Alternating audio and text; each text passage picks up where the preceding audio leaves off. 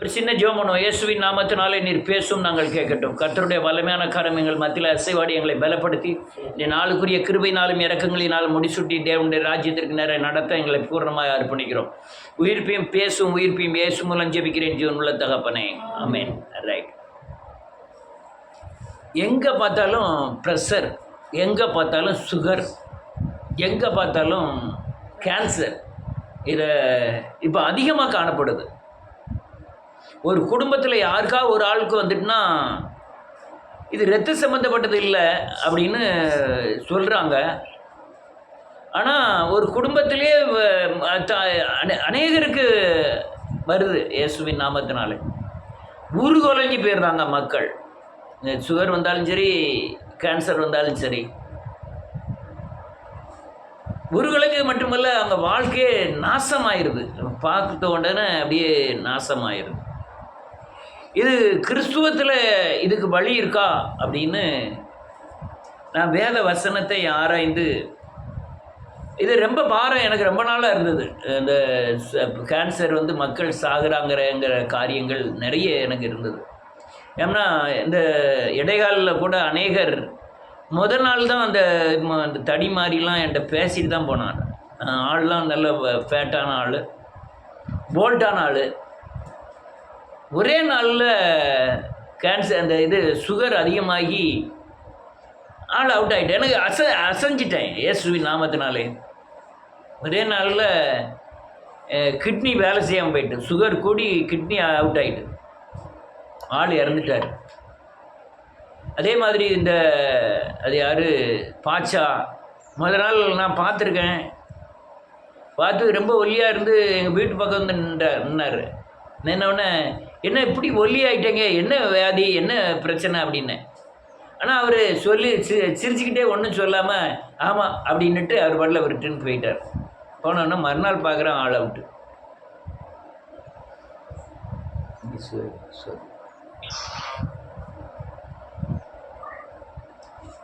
அதனால் ஒரு வீட்டில் கேன்சர் வந்ததுன்னா தொடர்ச்சியாக ஒருத்தருக்கு மாற்றி வாரவங்க பூரா அவுட்டு அப்படின்னா நம்ம அநேக இடங்களில் பார்த்துருக்குறோம். இதை தப்பிக்கிறதுக்கு வேதத்தில் வழி இருக்கா? இந்த வியாதி எதுக்கு வருது அப்படின்னு அல்லேலூயா வேத வசனத்தின்படி இன்றைக்கி போதிக்க போகிறேன். அதிலேருந்து விடுதலை இருக்கா இல்லையாங்கிறதையும் போதிக்க போகிறேன். அநேகர் சொல்லுவாங்க, பவுலுக்கு மாம்சத்தில் வியாதி இருந்தது, அவன் கண்ணீர் வடிச்சுக்கிட்டு இருப்பான், இல்லை ஏதோ ஒரு வியாதி இருந்துக்கிட்டே இருந்தது அப்படிம்பாங்க. அவன் எனக்கு மாம்சத்தில் முள் கொடுக்கப்பட்டிருக்கிறதுன்னு சொன்னது மாம்சத்தின் வியாதி அல்ல. அதுக்கு பதில் ரோமர் 7வது அதிகாரத்தில், நான் விரும்புகிறதை செய்யாமல் விரும்பாததை செய்து கொண்டிருக்கிறேன் நான் அல்ல, எனக்குள்ளே வாசம் பண்ணுகிற அந்த மாம்சத்தில் கொடுக்கப்பட்டிருக்க முள்ளாகிய பாவத்தை தான் அவங்க சொல்கிறான். ஆனால் தீமோத்தேயுக்கு வியாதி இருந்தது. அவன் பெரிய வயிற்று வலியிலே அவன் நாட்கள் பூரா கடந்தது. ஆனால் வயிற்று வலியானது அவனுடைய ஊழியத்தையோ அல்லது அவன் சரீரத்தையோ பாதிக்கவில்லை. எப்பாப்பிராத்திட்டு என்பவன் மரணம் வரை சென்றான் என்பது உண்மைதான் அப்படின்னு பவுல் எழுதுகிறார் பிலிப்பியர் 2வது அதிகாரத்தில். அநேகர் சொல்லுவாங்க, நன்றியோடு கூட துதிக்கிறேன், பவுல் எத்தனையோ பேரை மரித்தோரை எழுப்பி இருக்கிறார், ஆனால் அவருக்கு இந்த வியாதியை நீக்க முடியல அப்படின்லாம் சொல்லுவாங்க. நல்ல கணக்கு, அவங்களுக்கு வியாதி வர்றது சாகிறது எல்லாமே நீங்கள் தேவனை சேவிப்பதிலிருந்து விலகும் பொழுது அல்லது கற்பனை கட்டளைகளை விலகும்போது, தேவனை ஆராய்ப்பதை விட்டு விலகும்போது தான் இந்த கொள்ளை நோய், இந்த உலகத்தின் பிசாசின் அல்லேலூயா போராட்டங்கள் எல்லாத்துக்குள்ளேயும் மனுஷாகப்படுகிறான். உலக ஜனங்களுக்கு வருதுன்னா அவங்க விக்கிரகத்தை சேவித்து விக்கிரகத்தை பின்பற்றுகிறபடினாலே அந்த விக்கிரகத்தின் ஆவியை அவர்களை தாக்குகிறது. ஆனால் கிறிஸ்தவன் ஏன் தாக்கப்படுகிறான்? கிறிஸ்தவர்களுக்கும் வியாதி வருது, சுகர் வருது, ப்ரெஷர் வருது. ஆனால் அவர்கள் சரீரத்தை அதிகமாய் பாதிப்பதில்லை. சுகர் இல்லாத நிறைய பேருக்கு சுகர் இருக்கு. ஆனால் உலக மனுஷருக்கு வர்ற சுகருக்கும் கிறிஸ்துவனுக்குன்னு நான் சொல்ல மாட்டேன், கிறிஸ்துவை சரியானபடி பின்பற்றுகிற மனிதனுக்குள்ள சுகருக்கும் நிறைய வித்தியாசம் இருக்கிறது. என்ன வித்தியாசம் இருக்குன்னா, நீங்கள் தேவனுக்குள்ளே வந்துட்டால் எனக்கு சுகர் அட்டாக் பண்ணாது, கொள்ளை நோய் அட்டாக் பண்ணாதுன்னு நீங்கள் நினச்சா மட்டும் போகாது, ஜெபம் பண்ணினால் மட்டும் போகாது. நீங்கள் தேவனை சரியானபடி வேத வசனத்தின் அடிப்படையில் சேவிக்க வேண்டும். அநேகர் தரித்திரராய் வாழ்வதை கண்டிருக்கிறேன் கிறிஸ்தவர்களில். ஏன் அந்த தரித்திரம் அப்படின்னு நினைக்கும் பொழுது, இவங்க தேவநாமத்தை மகிமைப்படுத்துகிற காரியங்களில் அங்கே தப்பு விட்டாங்கன்னா அங்கே தரித்திரம் வந்துடும். நீங்கள் எங்கே அல்லேலூயா காணிக்கை, அல்லேலூயா தேவனுக்காக ஓடுதல், தேவனுக்காய் பிரயாசப்படுதல், செலவழித்தல், அதில் இருந்தீங்கன்னா உங்களுக்கு இங்கே இந்த சைடு தரித்திரம் இருக்காது. நான் ஒரு சிலரை பார்த்துருக்கேன், காணிக்கை கரெக்டாக இருப்பாங்க, ஆனால் அவங்களுக்கு காரியங்கள் கரெக்டாக நடந்துக்கிட்டு இருக்காங்க, ஆனால் மற்ற காரியம் தோற்று போகும். ஏன்னா நீங்கள் எந்த காரியத்தை செய்கிறீங்களோ அதில் கர்த்தர் உண்மையாக இருப்பார். இப்படி பல காரியங்கள் நீ வேத வசனத்தின் அடிப்படையில் தான் தீர்க்க வேண்டும். கொள்ளை நோய் என்றால் என்ன அப்படின்னு பார்த்தீங்கன்னா, கொள்ளை அப்படின்னா முதன்மையாய், அதாவது நமக்கு அல்லேலூயா எது இந்த உலகத்தில் வாழ்வதற்கு அல்லது நாம் விருப்பத்தை எதன் மேலே அதிகமாய் வைக்கிறோமோ அந்த பொருளை, அந்த உயிரை, அந்த பணத்தை, அந்த சரீரத்தை பிடுங்கி எடுப்பது தான். அல்லது நாம் விரும்பியோ அல்லது விரும்பாமலோ இருக்கும் பொழுது நம்மை இல்லையா அதை கண்டிப்பு பண்ணி நம்மகிட்ட இருந்து பிடுங்கி எடுப்பது தான் கொள்ளை. கொள்ளை நோய் என்றால் நம்முடைய உயிரை அல்லது ஜீவனை நாம் விரும்பாமலே அல்லது நாம் எதிர்பார்க்காமல் இருக்கும் பொழுது நம்ம உயிரை பிடுங்கி எடுக்கிறது தான்.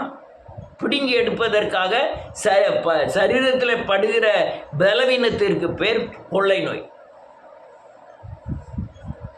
இந்த கொள்ளை நோய் ஏன் வருது? ஆனால் திரும்ப சொல்கிறேன், உலக ஜனங்களுக்கு வரும், அவர்கள் இயேசுவை அறியாதவர்கள். இயேசு தான் சிலுவையில் தன் ஜீவனை கொடுத்து நோயை சுமந்திருக்கிறார்னு வேதம் சொல்லுது.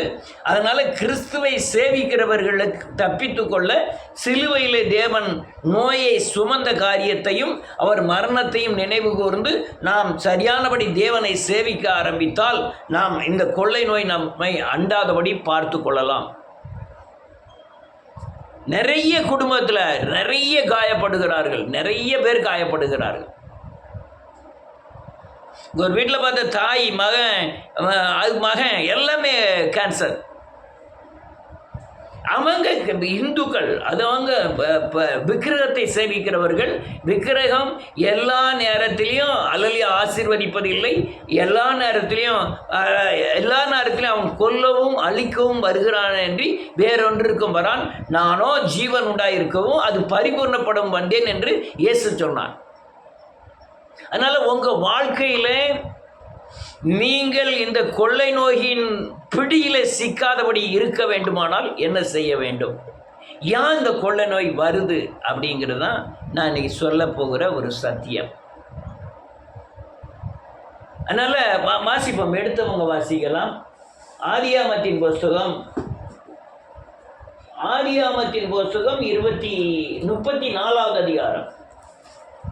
ஆதியாகமம் 34வது அதிகாரம் 26வது வசனம்.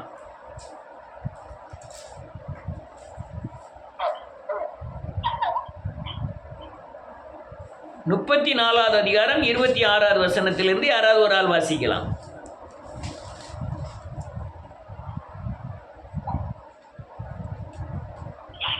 டக்குன்னு வாசிங்க, நேரம் இல்லை, நிறைய வசனம் வாசிக்கணும்.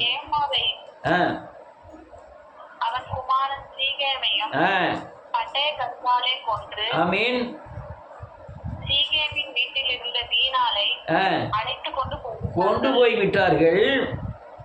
மேலும் யாக்கோபின் குமாரர் வெட்டுண்டவர்களிடத்தில் வந்து தங்கள் சகோதரி அவர்கள் தீட்டுப்படுத்தினதற்காக பட்டணத்தை கொள்ளையிட்டு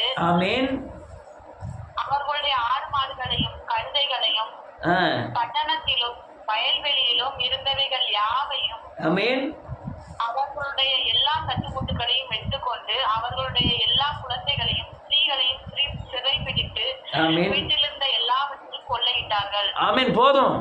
யான்னு கேட்டா நல்ல கேளுங்க. நீங்கள் அந்த மாம்ச இச்சை, அதாவது வேசித்தனம், இதில் நீங்கள் தீட்டுப்பட்டாலே நீங்கள் நோய்வாய்ங்கிற கொள்ளையில் மாட்டிக்கிடுவீங்க. ஐயா இந்த ஆத்துமா அந்த வேசித்தனம் செய்யலை, விபச்சாரம் செய்யலை, ஏன் இந்த ஆத்துமாவுக்கு கேன்சர் வந்தது அப்படின்னு நீங்கள் நினைக்கலாம். ஆனால் பழைய ஏற்பாடில் மாம்சத்தின் அடிப்படையில், புதிய ஏற்பாடு வரும்போது உங்கள் இருதயத்தில் நினைச்சாலே அது விபச்சாரம்னு சொன்னார். நான் அநேக ஆத்மாக்களை பார்த்துருக்கிறேன், வெளிப்புறமாய் அதிக பக்திமான்களாகவும் வெளிப்புறமாய் வசனத்தை பேசுகிறவர்களாகவும் உண்மை உள்ளவர் போல பரிசுத்தம் உள்ளவர் போல காணப்படுகிறார்கள். ஆனால் அந்தரங்கத்தில் அவங்கள மாதிரி துரோகியும் அந்தவங்கள மாதிரி அசுத்தம் உள்ளவர்களும் நீங்கள் பார்க்கவே முடியாது. அதனால் அவங்க வெளிப்புறமாய் பயங்கரமான வியாதியினாலும் பயங்கரமான சங்கடத்திலும் மாட்டுகிறார்கள். இது தீட்டு, அந்தரங்கத்தின் தீட்டு. தீட்டு எப்போ வருதுன்னா, சாபம் வருவதற்கு முன்பாகவே இந்த தீட்டு வந்துடும். ஒரு ஆளை சாபமான தண்டனை வரப்போகுதுன்னா முதல்ல இவன் இந்த தீட்டுப்படுவான். தீட்டு என்றால் நன்றியோடு துதிக்கிறேன், அசுத்தத்தை தொடுதல்னு அர்த்தம். இந்த தீட்டு வந்தனாலே அவன் சாபத்தில் உள்ள போகிறான்னு அர்த்தம். அப்போ அநேக கிறிஸ்தவர்கள் வெளிப்புறமான பக்தியும் அந்தரங்கத்தில் தேவ துரோகியுமாய் இருக்கிறதுனால இவர்கள் சாப தீட்டுக்குள் அகப்பட்டு சாபமாகி அந்த வியாதிக்குள்ளே மாட்டுறாங்க. வியாதியாக இருக்கலாம், மற்ற சாப ஆக்சிடெண்ட்டாக இருக்கலாம், அல்லது குடி ஓடி போதலாக இருக்கலாம், அல்லது மற்ற எந்த வியாதியாகவும் இருக்கலாம். அது அந்த தீட்டு தான் ரொம்ப முக்கியமான காரியம். அந்த தீட்டு நீ வெளியே எப்படி இருக்க அப்படியே தான் உள்ளே இருக்கணும். வெளியே பரிசுத்தம் போல நடிச்சுக்கிட்டு உள்ள அசுத்தத்தில் நிறைந்திருந்தா அது சாபம் வருவதற்கு உண்டான தீட்டு. அது கொள்ளை நோய் வரலாம். கொள்ளை நோய்னா இப்போ இந்தியாவில் இல்லை, உலகம் முழுவதும் அல்லேலூயா காணப்படுகிற கொள்ளை நோய் இந்த 3 காரியம் தான் அதிகமாக தெரிகிற மாதிரி இருக்குது. மற்ற அந்த நான் அந்த மெடிக்கல் லைனில் இல்லை, அது என்ன மற்ற கொள்ளை நோயெல்லாம் நமக்கு தெரியாது. இப்போ என் கண் பார்வைக்கு அதிகமாக காணப்படுவது சுகர், ப்ரெஷர் அல்லது இந்த கேன்சர். இவன் அந்தரங்கத்தில் சரியாக இருந்தான்னா வெளியரங்கம் அவனுக்கு பாதுகாப்பாக இருக்கும். அந்தரங்கத்தில் சுத்தம் இல்லைன்னா வெளியரங்கம் பாதிக்கப்படும். அந்தரங்கத்தில் தீட்டுப்படுத்தி வெளியரங்கத்தில் சாபத்தின் கிரியைகளை செய்ய வைக்கிறான் பிசாசு. இது இப்படி தான் வருது, இப்படி தான் கொள்ளை நோயே வருது. ஐயா என்னுடைய தகப்பனாருக்கு கேன்சர் வந்துட்டு எனக்கு வருமா? நீங்கள் தேவனுக்குள்ள வைராக்கியம் இல்லைன்னா உங்களுக்கு வரும். ஐயா நான் நல்லா இருக்கேன், ஆனால் என் மகன் தீட்டுப்பட்டிருக்கான், தீட்டான காரியங்களை செய்கிறான், நான் சப்போர்ட் பண்ணுதேன், உங்களுக்கு கேன்சர் வரும். தப்ப முடியாது. இல்லைன்னா உங்கள் மகனை துண்டை வெட்டி கட் பண்ணிடணும். அவனுடைய பாவ தீட்டுக்கு நீங்கள் உட்பட்டீங்கன்னா உங்களுக்கு கண்டிப்பாக வரும். ஐயா மகனை நான் விளையிட முடியுமா? அப்போ சாவுங்க. அல்லேலூயா, அல்லேலூயா. இதுதான் சத்தியம். அது பண்ண சாவுங்க. நான் அல்லேலூயா அவங்கள சாபமிடலை. நீங்கள் சாக வேண்டிய சூழ்நிலை வரும். நீங்கள் கர்த்தர் தெய்வமானால் கர்த்தர், பாகால் தெய்வமானால் பாகால். அண்ணனோ தம்பியோ அப்பாவோ வெட்டி போட்டுருந்துட்டான் மோசே. பாளையமெங்கும் தீட்டுப்படுத்தாதபடி நீ பட்டயத்தை எடுத்துகிட்டு போய் எல்லாத்தையும் வெட்டி போட்டுரு அப்படின்ட்டான். ஏன் வெட்டி போட்டுனா அது தீட்டு. எரியோல உள்ள பொருள் தீட்டு. இது விக்கிர ஆராதனைக்கு சார்ந்திருக்கிறது. சாபத்தை சார்ந்திருக்கிறவனோட நீ ஐக்கியம் பண்ண இருப்பது தீட்டு. ஐயா இன்னைக்கு மேன்மையாக இருக்கலாம், ஆனால் நீங்கள் குறி வைக்கப்படுகிறீர்கள், பிசாசினாலே குறி வைக்கப்படுகிறீர்கள். ரைட், ரொம்ப காரியங்களை பேச வேண்டியதற்கு அடுத்த காரியத்துக்கு போவோம். லேவியராமத்தின் புஸ்தகம் 26வது அதிகாரம் 25வது வசனம்.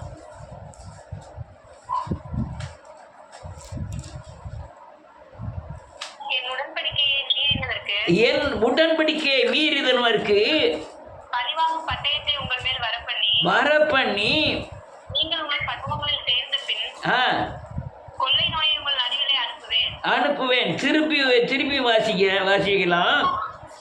என் உடன்படிக்கையை மீறினதற்கு என் உடன்படிக்கையை மீறினதற்கு பழி வாங்கும் பட்டயத்தை உங்கள் மேல் வர பண்ணுவி. நீங்கள் உங்கள் பட்டணங்களில் சேர்ந்த பின் அனுப்புவேன். சத்துருவின் கையில் ஒப்பு கொடுக்கப்படும். என்ன எழுதிருக்கு பாருங்க. நாம் தேவனுக்குள்ள கிறிஸ்துக்குள்ள வந்ததே உடன்படிக்கையின் இரத்தத்தினாலதான் வந்தேன். இயேசு எனக்காய் மரித்தார், இயேசு பலியானார், அவர் அந்த இரத்தம் என்னை பரிசுத்தமாகி இருக்கிறது, அந்த இரத்தத்தினால் கழுவப்படுகிறேன் அப்படின்னு சொல்லி தான் நான் தேவனுக்குள்ள வந்திருக்கிறேன். தேவனுக்குள்ள வந்து அது எனக்கும் தேவனுக்கும் தொடர்பு படுத்துறது அந்த இரத்தம். இரத்தம் என்பது பலி. அந்த பலி எனக்கு இதாயிட்டு நான் வந்த பிறகு அந்த உடன்படிக்கைக்கு துரோகம் பண்ணுவேயானால் அந்த கொள்ளை நோயாகிய கேன்சர், சுகர், பிரஷருக்கு அல்ல வேற எந்த கொள்ளை நோய்க்கோ நாம் அல்லலியா அகப்பட வேண்டியதாக இருக்கும். இந்த சத்தியத்தை யாரும் கேட்க மாட்டாங்க. கேட்டாலும் சரி கேட்காட்டாலும் சரி, சத்தியம் இது மாறாதது, இது மாறாத பிரமாணம். நீங்கள் உடன்படிக்கையை மீறினீங்கன்னா கண்டிப்பாக கொள்ளை நோய் வரும். அது மட்டுமல்ல, சத்துருவின் கையும் உன்னை ஒப்பு கொடுப்பார் சொல்லுது. உடன்படிக்கை என்ன உடன்படிக்கைன்னு திரும்ப ஒரு தடவை சொல்கிறேன். நான் ரட்சிக்கப்படும் போது இயேசு என் பாவத்தை மரித்தார்னு சொல்லி அறிக்கை செய்து அவர் இரத்தத்தினால் கழுவப்பட்டு தான் நான் கிறிஸ்துக்குள்ள வருகிறேன். என்னையும் பிதாவையும் என்னையும் தேவனையும் அல்லையா என்னையும் வேதவசனத்தையும் இணைத்தது தேவன் பலியான அந்த இரத்தமாகிய பலி.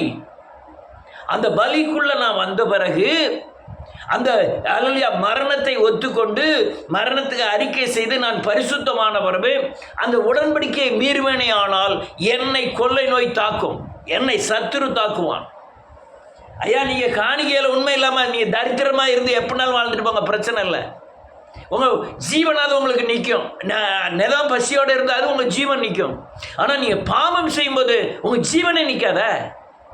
நீங்கள் பலியாகிய இயேசு கிறிஸ்துவை மறுதலிக்கும் போது நீங்கள் கொரிந்தியரில் போய் வாசி பாருங்க. அவருடைய இரத்தத்தை அசுத்தம் என்று எண்ணி குமாரனை காலின் கீழ் மிதிக்கிறவன் எத்தனை ஆக்கினைக்கு பாத்திரனாக இருக்கிறான். ஆக்கினை என்னது? இந்த கொள்ளை நோய் தான். அநேகர் ஏனாதானம் நடக்கிறாங்க. எத்தனையோ கிறிஸ்துவர்களை பார்த்துருக்கிறேன். அப்படியே ஏனாதானம் நடக்கிறாங்க. பயமே இல்லை. இப்படி தான் கொள்ளை நோய் வருது. மக்கள் மத்தியில் இப்படி தான் கொள்ளை நோய் வருது. கிறிஸ்தவனுக்கு சொல்லிட்டு இருக்கேன். உலக மனுஷனுக்கும் கிறிஸ்துவ மக்களுக்குள்ள அல்லலியா கனெக்ஷனில் கணக்கே கிடையாது. அதை ஈக்குவல் பண்ணவே முடியாது. ஏன்னா அது உலகம் தண்டிக்கப்படும். உலக பிசாசை சேவிக்கிறார்கள், அவர்கள் தண்டிக்கப்படுவார்கள். ஆனால் கிறிஸ்துவன் இயேசுவை சந்தித்தபின், விடுதலையை சந்தித்தவன், சிலுவையை சந்தித்தவன், திரும்பவும் அவன் மீறுவானையானால் அவன் கேன்சர், அந்த பயங்கரமான இதை விட எத்தனை கொள்ளை நோய் இருக்கலாம், அந்த கொள்ளை நோய்க்குள்ளே அகப்படுவான். அல்லேலூயா. இன்னொரு வசனத்தை வாசிப்பேன், டக்கு டக்குன்னு வாசிப்பேன். நியாயாதிபதிகளின் புத்தகம் 2வது அதிகாரம். நியாயாதிபதி 2வது அதிகாரம் 13-14, 303வது பக்கம்.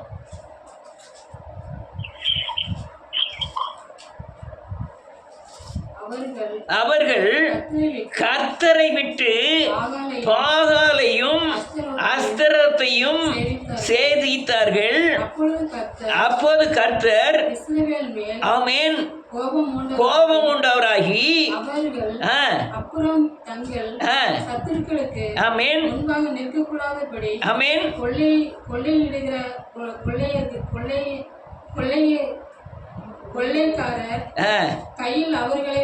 ஒப்பு கொடுத்து சுற்றிலும் இருக்கிற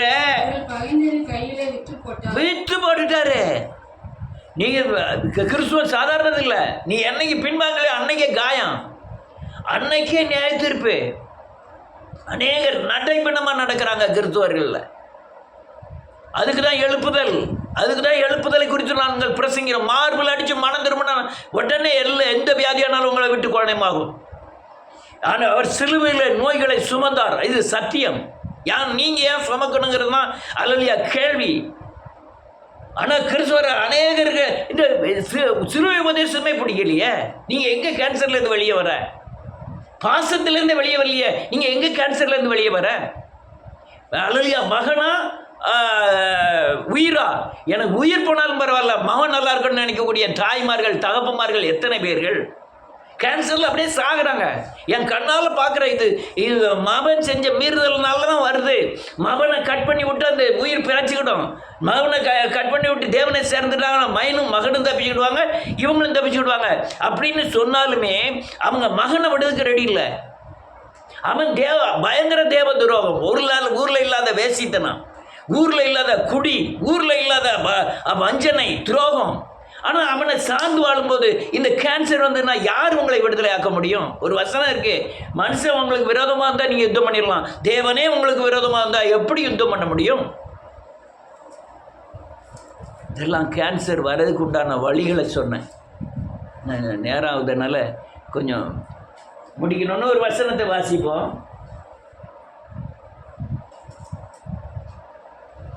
சாமுவேலின் புஸ்தகம்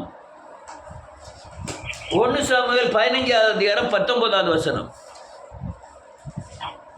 தானுக்கு தானாய் இழுத்து கொள்ளுகிற ஒரு பயங்கரமான கொள்ளை நோய்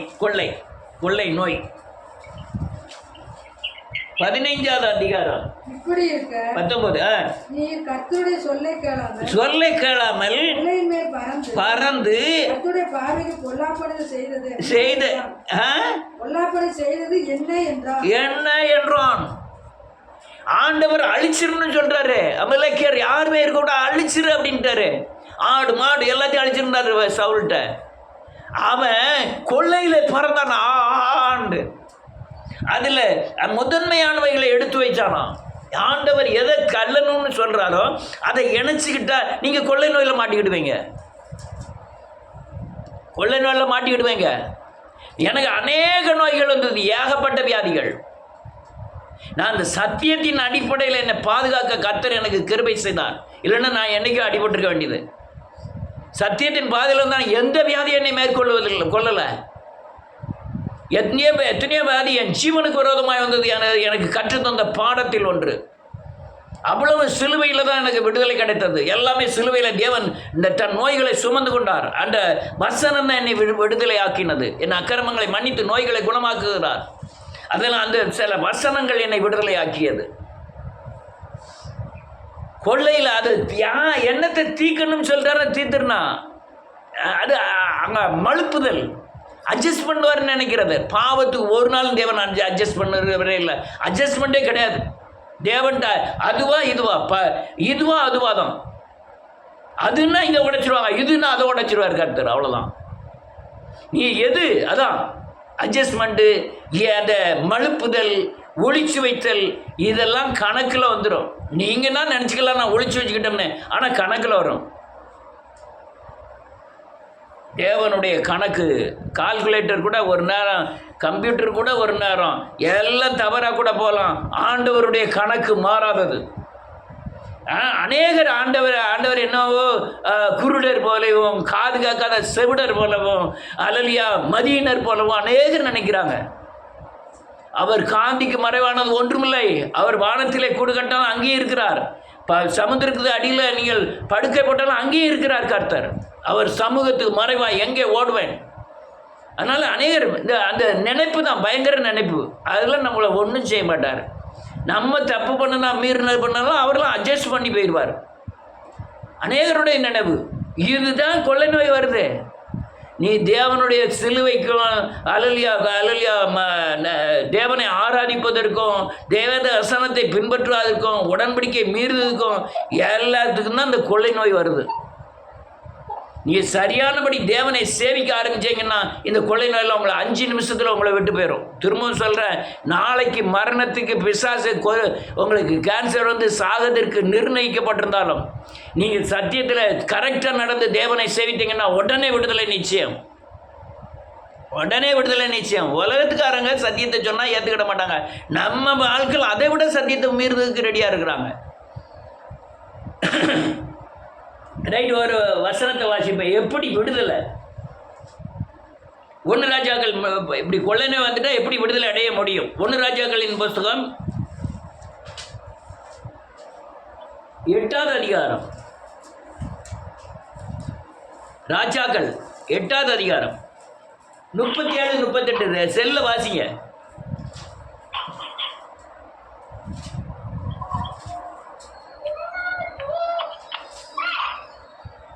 சத்தம்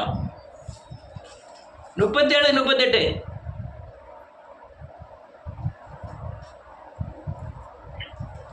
வாசிங்க செல்ல எத்தனைப்பா? 2. 8 1 ராஜாக்கள் 8வது அதிகாரம் 37 38 பக்கம் 436. ஆ. தேசத்திலே பஞ்சம் உண்டாகிற போதும், பஞ்சம் உண்டாகிற போதும், கொள்ளை நோய் உண்டாகிற போதும், கொள்ளை நோய் உண்டாகிற போதும், வறட்சி, சாவி, வெட்டுக்கிளி, பச்சை கிளி உண்டாகிற போதும்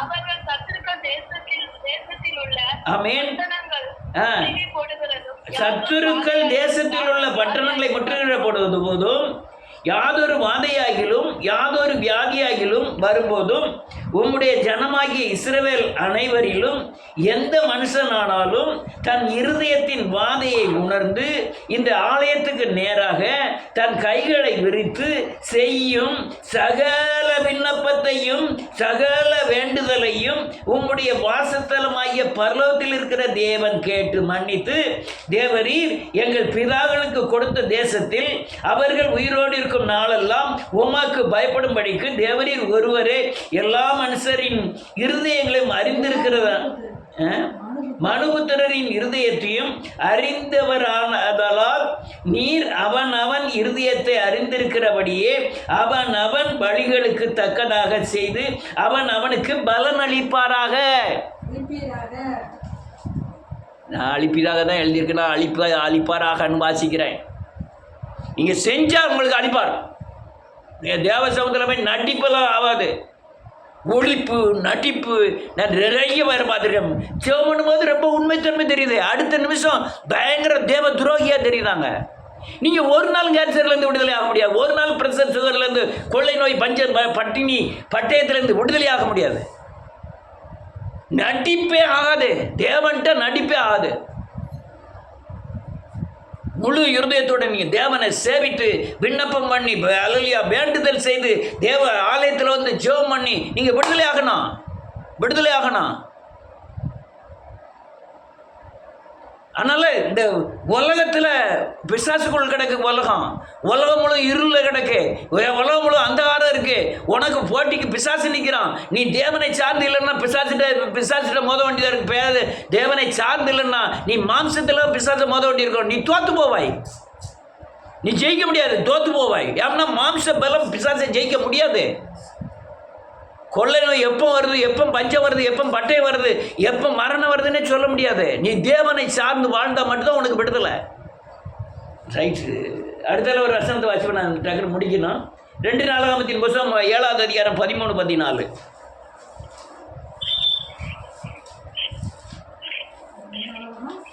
7வது அதிகாரம் 13 14 பக்கம் 551 551 இல்லை. ரைட். நான் மழை இல்லாதபடிக்கு ஆமென் வானத்தை அடைத்து அல்லது தேசத்தை அழிக்க வெட்டுக்கிளிகளுக்கு கட்டளையிட்டு அல்லது என் ஜனத்திற்குள் கொள்ளை நோயை அனுப்பும்போது என் நாமம் தரிப்பிக்கப்பட்ட என் ஜனங்கள் தங்களை தாழ்த்தி நல்ல கழுத என் ஜனங்கள் தங்களை தாழ்த்தி ஜெபம் பண்ணி என் முகத்தை தேடி ஜெபம் பண்ணி என் முகத்தை தேடி தங்கள் பொல்லாத வழிகளை விட்டு திரும்பினார். நல்ல காடுங்க. இதுல எத்தனை ஒரு ஜெபம் பண்ணும்போது என்னென்ன காரியங்கள் நடக்கணும்னு எழுதியிருக்கு. திரும்பவும் சொல்ல, நடிப்பு தேவ சமூகத்தில் இரட்டிப்பான தீமையை கொண்டு வரும். நீங்க தேவனை முட்டாளாக்குறீங்க. என்ன பாவத்தை அறிக்கை செய்கிறீங்களா விட்டு விடணும். அப்படி இல்லைன்னா நீங்கள் தேவனுக்கு துரோகம் பண்ணுகிறோம்.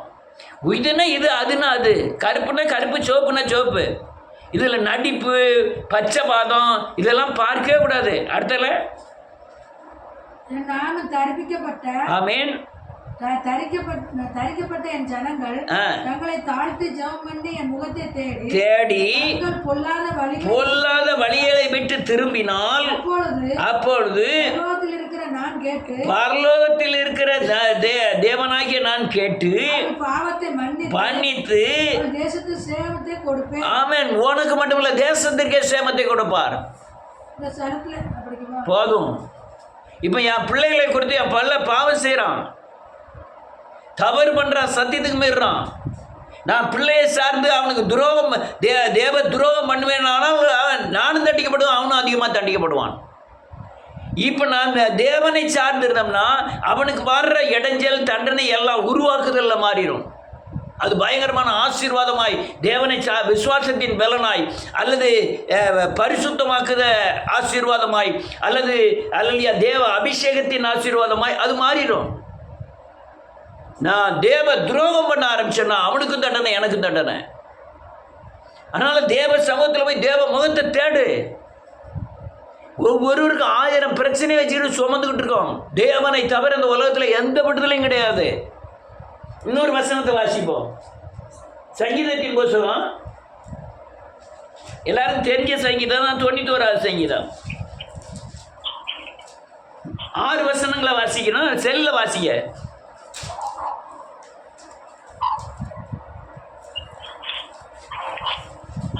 வாசிங்க டக்கு டக்குனே. 91வது சங்கீதம் 728வது பக்கம். உன்னதமானவரின் மறைவில் இருக்கிறவன்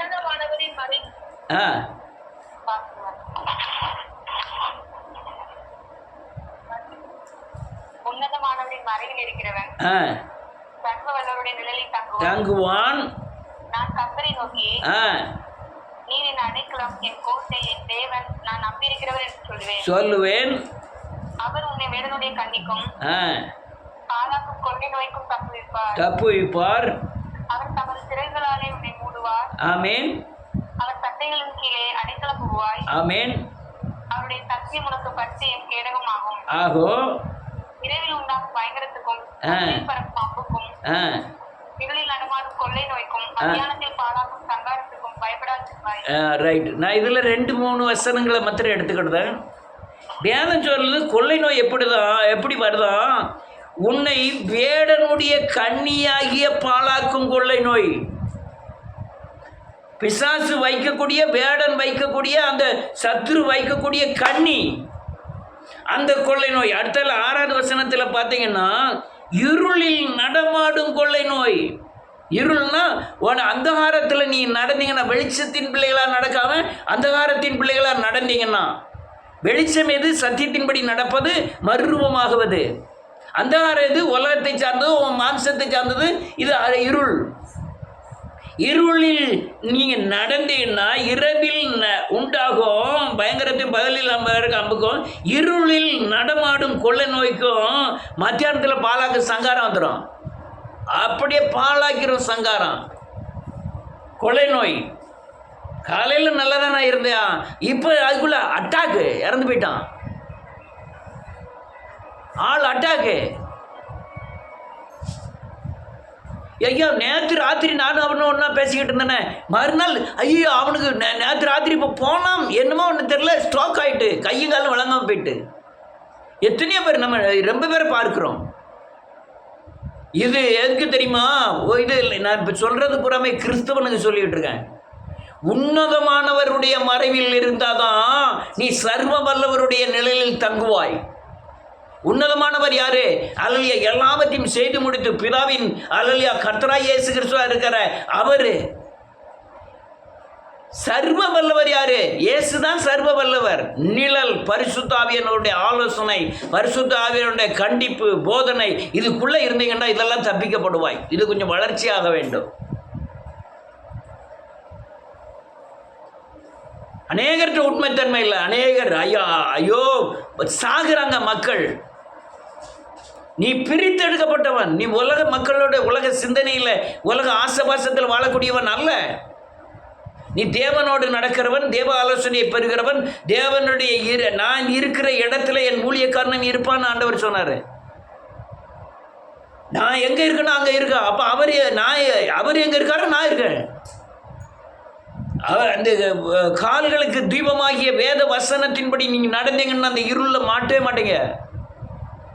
எனக்கு ஏகப்பட்ட பிரச்சனை, வந்து யார் ஆலோசனை தேவனை தவிர நான் அடித்து சொல்ல முடியும்.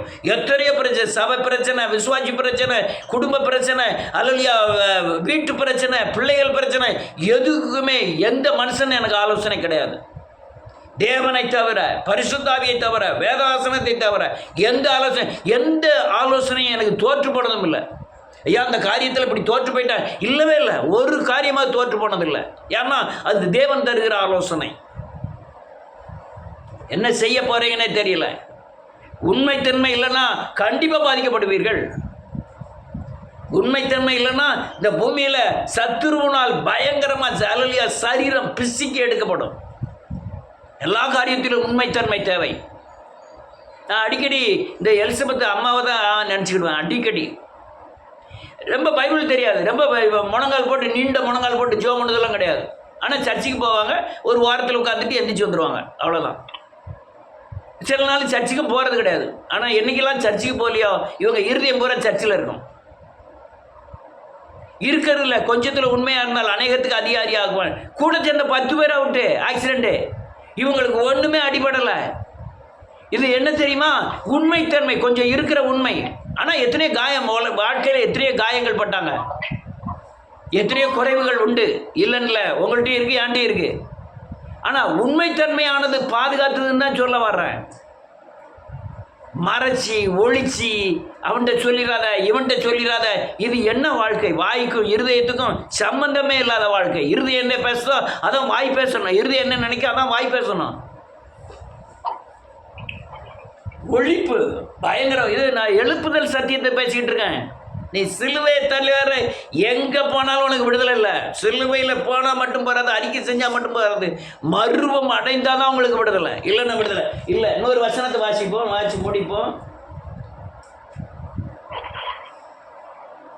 லூக்கா எழுதின சுவிசேஷம் 21வது அதிகாரம்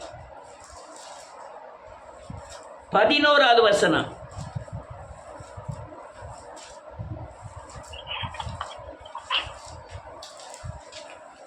நூற்றி 16வது பதம்,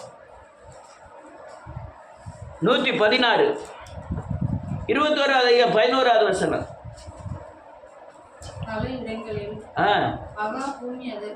பல இடங்களில் மகா பூமி அதிர்ச்சிகளும் பஞ்சங்களும் கொள்ளை நோய்களும் உண்டாகும். தோற்றங்களும் நல்ல கழுங்க பெரிய அடையாளங்களும் பானத்தில் பெரிய தோன்றுகிற பெரிய இதோட தான் இந்த கொள்ளை நோயும் ஒப்பிட்டு சொல்றாரு ஆண்டவர். இந்த கொள்ளை நோய் தான் அந்த எதோட ஒப்பிட்டு வானத்தில் நிற்க பெரிய அதிசயங்களை போட்டு தான் கொள்ளை நோய் வரும். இன்னைக்கு கொரோனா வந்து நாளைக்கு கரோனா வரும், எப்படி எல்லாமே வரும். இதிலெல்லாம் நீங்கள் தப்பித்து கொள்ளணும். உலகம் பயங்கர அழிவுக்குள்ள இருக்குன்னு எல்லாரும் சொல்லிட்டு இருக்காங்க, ஆனால் நிர்விசாரமாக இருக்கிறார்கள். ஆண்டவர் பயங்கரமானவர் சொல்றாங்க, ஆனால் நிர்விசாரமாக இருக்கிறார்கள். ஆண்டவர் தண்டிப்பார்னு சொல்றாங்க, ஆனால் நிர்விசாரமாக இருக்கிறார்கள். எந்த பயமும் இல்லை. ஐயா பலிபீடத்தில் ஆடுதான், அல்லையா கொட்டடிக்கான், ட்ரம் அடிக்கான் அப்படிலாம் சொல்றாங்க. அது பழைய ஏற்பாடு ஆராதனை, அது நியாயப்பிரமாணத்திற்கு உண்டான ஆராதனை. புதிய ஏற்பாடு அந்த ஆராதனை அல்ல. புதிய ஏற்பாட்டில் இதே மாதிரி எங்கேயாவது ஒரு இடத்துல காமிக்க பார்ப்போம். பழைய ஏற்பாடு ஆராதனை வேற, புதிய ஏற்பாடு ஆராதனை வேற. பழைய ஏற்பாடு ஆராதனை மாம்சத்துக்குரியது, புதிய ஏற்பாடு ஆராதனை உணர்வுக்குரியது. நீ உட்காந்து கொஞ்ச நேரம் அலலியா அண்ணாலை மாதிரி ஊற்றி விட்டாலே போதும். அண்ணாலை பற்றி ஏன் அங்கே எழுதியிருக்குன்னா புதிய ஏற்பாட்டில் திஷ்டாந்தரமாக வைக்கப்பட்டிருக்கிறது. எங்கனையாவது கீதவாத்தியத்தோட ஏசுநாதர் எங்கனையாவது போய் ஆராதனையில் எத்தனையோ சபையில் கலந்துக்கிட்டாரு. அவர் பிரசங்கத்தை தான் அதிகமாக முன்ன வைத்தாரே தவிர ஆராதனையை கூட அவர் முன்ன வைக்காம ஆனால் நான் தேவனை சோதரிக்கலாம் சொன்னார். ஆனால் இந்த ஆராதனை அங்கே கிடையாது, புதிய ஏற்பாடில் கிடையாது. புதிய ஏற்பாடு உணர்வின்படி, பழைய ஏற்பாடு உணர்ச்சியின்படி. நீ உணர்வின்படி ஆராதிச்சன்னா கர்த்தராய் இயேசு கிறிஸ்துவை ஆராதிக்கிறாய். உணர்ச்சியின்படி ஆராய்ச்சன்னா அதில் பழைய ஏற்பாடு ஆராதனை, நியாயப்பிரமாணத்தின் ஆராதனை. ஆசா ராஜா அவனுக்கு முன்பாக 80,000 பேரை கீதவாத்தியங்களை நிற்படுத்தினான். அதெல்லாம் இந்த புதிய ஏற்பாடில் கிடையாது. அப்படிலாம் கீதவாத்தியங்கள்லாம் வச்சு ஆடுறதுக்கோ அல்லையா துள்ளி குதிக்கிறதுக்கோ அதெல்லாம் அங்கே இடமே கிடையாது. ரைட், இன்னொரு வசனத்தை வாசிப்போம். செல்ல வாசிங்க 35, 36 அதே அதிகாரம்.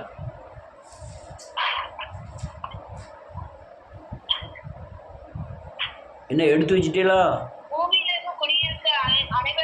பூமியில் எங்கும் குடியிருக்கிற அனைவர் மேலும் அது ஒரு கண்ணியை போல வரும். அந்த கொள்ளை நோய் ஒரு கண்ணியை போல வரும். ராத்திரி படுத்துப்பான், விடியால எந்திக்க வேண்டாம். ரைட்டு. அடுத்தல ஆகையால் இவைகளுக்கெல்லாம் நீங்கள் தப்பி பாத்திரவான்களாக எண்ணப்படுவதற்கு ஆமே போதும். எப்போதும் விழித்திருந்து ஜெபம் பண்ணுங்கள். ஜெபம் பண்ணி விழித்திருங்கள். விழித்து ஜெபம் பண்ணுங்கள். அப்பதான் நீங்க தப்பித்து கொள்ள முடியும். ஒருவராவது தப்பி போவதில்லைன்னு வேதம் சொல்லுது. ஒருவனாவது தப்பி போவதில்லை. நீங்க சரியா நடந்தீங்கன்னா யாருக்கும் பயப்பட வேண்டிய அவசியமே இல்லை. அநேக கேடுபாடுகள், அநேக காரியங்கள் எனக்கு மாற்றி காமிக்கப்படுகிறது. பழைய அந்த நன்றியோட துதிக்கிறேன். இந்த கொள்ளை நோய், பஞ்சம், பட்டயத்துக்கு அடிபட்டு வாழணும்னு நினைக்கிறாங்க. இல்லை, விடுதலையாக வாழறதுக்கு நம்ம அழைத்திருக்கிறார். அதனால் இதெல்லாம் காரியங்கள். நீங்கள் கொள்ளை நோய் பயங்கரமாக வரப்போகுது, பஞ்சம் வரப்போகுது, பட்டயம் வரப்போகுது. நீங்கள் அதான் கொள்ளை நோய் வந்துன்னா அது பயங்கர சங்கடம். என்னென்னா 4 பிள்ளைகள் இருக்கிற இடத்துல தாய் அடிபட்டு போவான். இந்த 4 பிள்ளைகளுடைய நிலைமை கோழியை குஞ்சுகள் இருக்கும்போது கோழி இறந்த கதை தான். ஒரு குடும்பத்தை நடத்த தகப்பனார கொள்ளை நோய் கொண்டு போயிடும். அல்லையா, நேசிக்கிற சின்ன பிள்ளைகள் கொள்ளை நோய் கொண்டு போயிடும். நீங்கள் எப்படி தப்பிக்க போகிறீங்க? நான் சொல்கிறது உங்களை பயங்காட்டுறதுக்கு அல்ல, நீங்கள் தேவனை சேவிக்க வேண்டும் என்பதற்காக இந்த கொள்ளை நோய், பஞ்சம், பட்டயத்திலேருந்து தப்புவதற்காக சொல்லிட்டு இருக்கேன். கொள்ளை நோய் எல்லாத்துக்கும் பொது தான். ஆனால் ரத்தம் பட்ட யாருக்குமே உடனே அல்ல. யார் மேலாம் ரத்தம் பட்டிருக்கோ, உண்மைத்தன்மையோட தேவனை சேவிக்காங்களா, அவங்களுக்கெல்லாம் விலகி நிற்கும் இந்த கொள்ளை நோய். கர்த்தர் உங்களை ஆசீர்வதிப்பாராக.